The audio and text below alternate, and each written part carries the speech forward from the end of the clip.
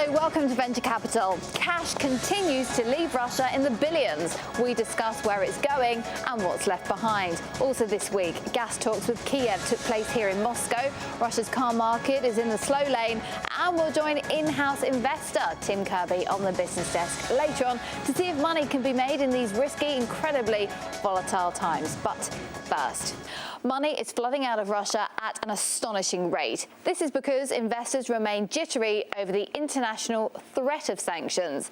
The latest estimation is that $60 billion has been taken out of Russia since the start of this year. That's about as much as for the whole of last year. This year's total outflow is likely to reach $100 billion. Now, to discuss the financial implications of such a cash exodus, I'm joined by European asset fund manager Erik Krause. So tell me, is the worst over in terms of capital outflow for Russia?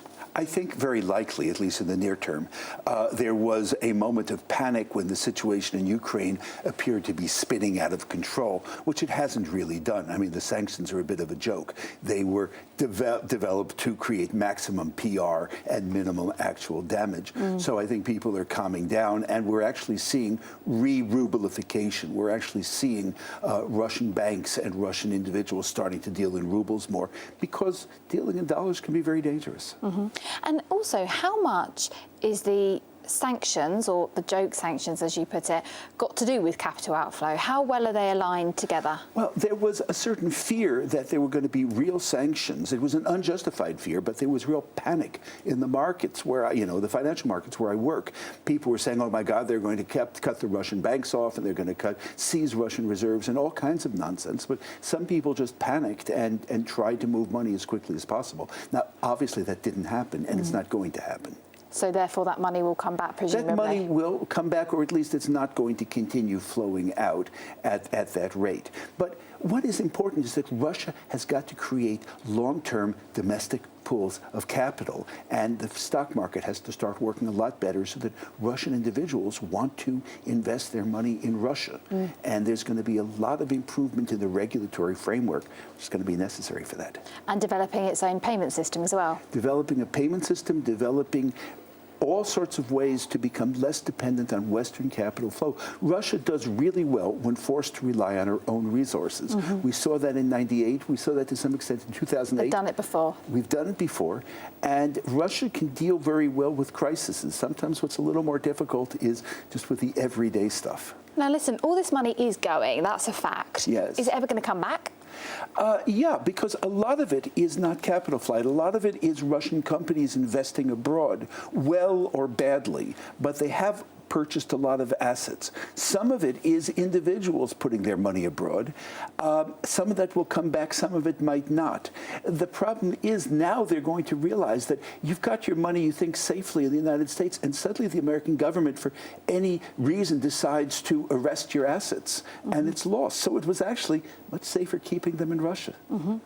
And listen, capital outflow has been a theme here for many years. Yeah. Do you think it's ever going to change? Ever is hard to say. I think at the present time, first of all, there is a lot of concern with the political situation, and some people have been moving it out. I think there's also a move now of money from Europe and the United States, Russian money, Europe and the United States, moving towards Asia, because Asia seems more neutral and less likely to impose sort of sanctions, political sanctions. Is Asia the future for Russia then, in terms of money and investment and partnerships? Asia is the future for the world, and it's especially the future for Russia. And Russia has allowed itself to become very vulnerable by trusting the West and trusting the good intentions of the West. And I think this is a wake-up call, which is really important. If Russia wants to have an independent foreign policy, then they're going to have an independent economic policy. And China is very open to increasing dealings with Russia, and I really think we have to look in that direction. Okay, we'll leave it there. Erik Krause, Thanks. thank you very much indeed for coming into the studio. We appreciate that. Now, while money is leaving Russia, it's unlikely that foreign employees based here will be doing the same. Despite the threat of sanctions, international firms have no plans to stop hiring.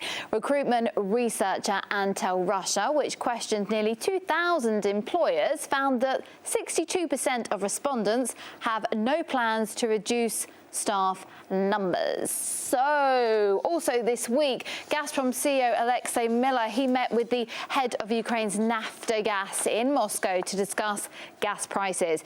And the outcome is that Ukraine will no longer receive the $100 discount, that's per cubic meter, it previously enjoyed. Kiev also has $1.7 billion of unpaid bills, and there's less than a week to pay for those March supplies. Kiev imports about half of its natural gas from Russia and will now be charged more in line with the rest of the EU for its gas supplies. Now, the price will automatically increase from April. Corporate news time now, and we start with Russia's largest lender's reaction to the ruble's volatility. Sberbank has suspended foreign currency lending to individuals. Expectations of US stimulus tapering, as well as ongoing fears of trade sanctions from the West, are all causing the Russian currency to plummet. Foreign currency lending to corporate clients will continue, but not for retail loans. And for more news from Sberbank, in retaliation to Visa and MasterCard halting the process of Bank Russia bank cards after the Russian bank was placed on the sanctions list, Sberbank has announced that Russia will have its own payment system within months, following in the footsteps of China and Japan. VTB Group has sold 12% of its Burger King stake in Russia for $25 million. VTB Capital still has a 37% bite of the burger giant. Burger King owns more than 170 restaurants in Russia. And more burger drama. In the middle of all the Crimea tensions going on, there's now a real serious concern for burger lovers in the region. McDonald's will close its outlets in Crimea's main cities due to what it claims to be manufacturing reasons. But there's no need to panic. The burger chain plans to reopen its restaurants as soon as possible. Moving on, motor giant Ford's Russian joint venture is slashing production. 950 jobs will go due to the falling ruble and lack of demand here in Russia. Production will also be halted for 3 weeks, and working hours will then be reduced. Earlier this year, domestic motor maker Avtovaz announced it plans to cut 7,500 employees. I spoke to the head of the biggest manufacturer of commercial vehicles in Russia, that's Gas Group, who said the falling ruble could help the auto industry here. On the auto market itself, it's slowing down.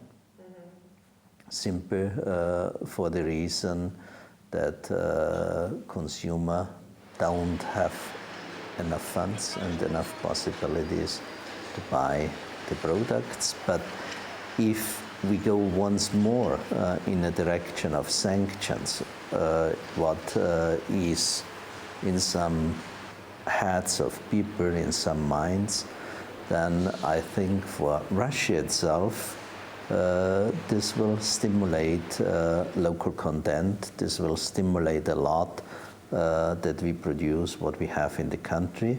And I think those which invested early enough in Russia will benefit of this.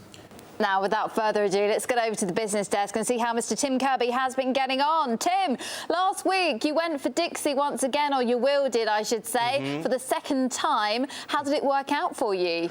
Well, brace yourself for some lame humor, but I'm whistling Dixie because Dixie stocks went up by 7%, so I earned over about $1,000, if you can believe that. So despite the fact that they can't spell their name correctly, they are a great, great stock, and we are up to $14,500. This is awesome.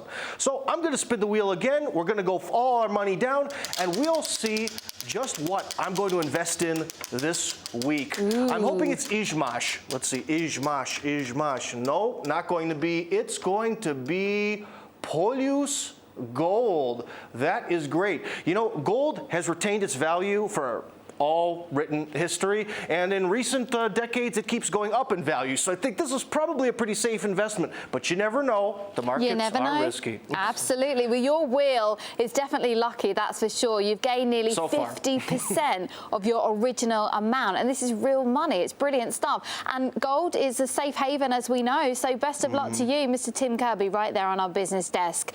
Trading with corporate money and actually gaining money. Yeah, for now. So for now, the bosses will tolerate it. Who knows? Maybe in a couple weeks, I'll be fired. You never know. You never know. It's all about the luck of the wheel. Yeah. Russian roulette. So another great week for Tim then, gaining nearly 50% of his original $10,000 US. And it's, as I say, an incredibly volatile time. But some people are getting lucky on that wheel. So join me next week. We'll find out if he's made money or if his luck is running out. Have a great week. Goodbye for now.